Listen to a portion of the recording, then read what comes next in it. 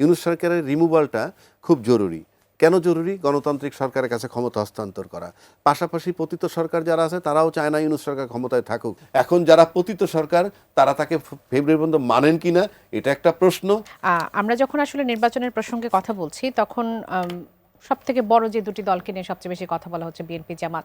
সেখানে বিএনপির প্রসঙ্গ এলে আমরা বিশেষ করে তাদের নেতৃত্ব কে দেবে বা ইলেক্টেড হবার পর প্রধানমন্ত্রী কে হবে এই প্রশ্নের উত্তরও বিএনপির পক্ষ থেকে এখন থেকে আমরা জানতে পারিনি। তারেক রহমান কবে ফিরবে সেটি নিয়েও কোনো স্পষ্ট সম্ভাবনার ডেটও আমরা এখন পর্যন্ত জানি না। আপনার কাছে কি মনে হয় এর পেছনে কারণ কি? জনগণ তো যারা বিএনপির সাপোর্টার আছে তারা তো এখন চাইবে যে তারেক রহমান দেশে আসুক। তা আমি জানি না তারা চান কি চান না। আমরা এমন কথা শুনি নাই যে তারা চাচ্ছেন উনি আসতেছেন না, বরং একটা প্রশ্ন আসে তার যার সদুত্তর পাওয়া যায় না। এখন কেন আসেন না এই বিষয়ে আমি কিছু বলতে পারবো না। ইনফ্যাক্ট আমি তা জানি না। আমার কাছে মনে হয় যে তফসিল ঘোষণা করে তারপরে যদি তারেক সাহেব আসেন তাহলে আমার কাছে আমি মনে করতে পারি যে নির্বাচনটা হওয়ার দিকে যাচ্ছে এবং মোটামুটি হয়তো নির্বাচনটা হবে নিশ্চিত হইলেই উনি আসবেন বলে আমার ব্যক্তিগত ধারণা। আর উনি আসতেছেন না কেন, আসতে পারতেছেন না এই ব্যাখ্যা আমি দিতে পারবো না। কিন্তু এই একটা আরেকটা বিষয় আমি সিম্পল বুঝি নির্বাচনের ব্যাপারে। আমার পরিষ্কার আমার একটা ধারণা যে নির্বাচন কারা চায় কারা চায় না।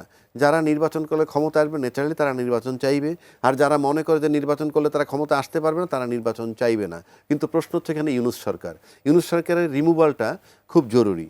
কেন জরুরি? গণতান্ত্রিক সরকারের কাছে ক্ষমতা হস্তান্তর করা।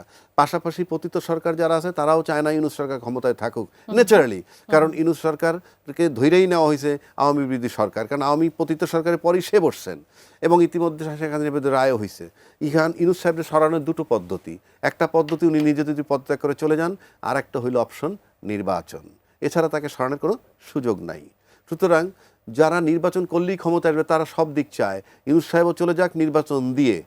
আর যারা মনে করে যে না নির্বাচন হোক বা না হোক ইউনূস চলে যাক, সেক্ষেত্রে ওই নির্বাচন ছাড়া যদি চায় তাহলে যারা নির্বাচন চায় না তাদের জন্য একটা সুবিধাজনক অবস্থা তাদের হয়। এখন প্রশ্ন হচ্ছে যে এই ইউনূস সরকারের যাওয়াটা জরুরি যারা মনে করে তাদের কথা বলছি। সেক্ষেত্রে তারা নির্বাচন চাইবে এবং আর মানে নির্বাচন না দিয়ে যদি যায় ইউনূস সরকার, সেটা সবচেয়ে বড় কথা কোনটা যে ইউনূস সরকার যদি নির্বাচন দিয়ে যায় তাহলে এখনো ফেব্রুয়ারি পর্যন্ত থাকবেন। এই ফেব্রুয়ারি পর্যন্ত থাকা যে লম্বা সময়টা সেটা পতিত সরকারের কাছে গ্রহণযোগ্য কতটুক? কেননা তাদের এই ভিতরে অনেকগুলো বিচার হবে। আর যদি ইউনূস সরকার কালকে চলে যায়, আমার ধারণা কিন্তু ইউনূস সরকারের পক্ষ থেকে আসলে বলা হয়েছে যে পরবর্তী নির্বাচিত সরকারের হাতে তারা ক্ষমতা হস্তান্তর করে তারপর তারা আসলে সেটা ইউনূস সাহেবের বক্তব্য। আমি তো বলছি না উনি নির্বাচন করে ক্ষমতা দিয়ে চলে যাবেন, তাহলে ফেব্রুয়ারি পর্যন্ত মানতে হবে। এখন যারা পতিত সরকার তারা তাকে ফেব্রুয়ারি পর্যন্ত মানেন কিনা এটা একটা প্রশ্ন।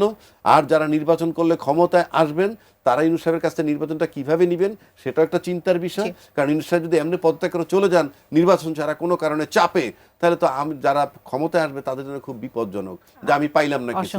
আর অন্য যে দলগুলো আছে তারা ভাবতেছে যতক্ষণ ইউনূস সরকার আছে ততক্ষণ আমাদের সেফটি সিকিউরিটি আছে, আমাদের একটা ইনফ্লুয়েন্স আছে, আমাদের একটা প্রভাব আছে, সুতরাং নির্বাচন না হলে তাদের জন্য লাভজনক। ধন্যবাদ।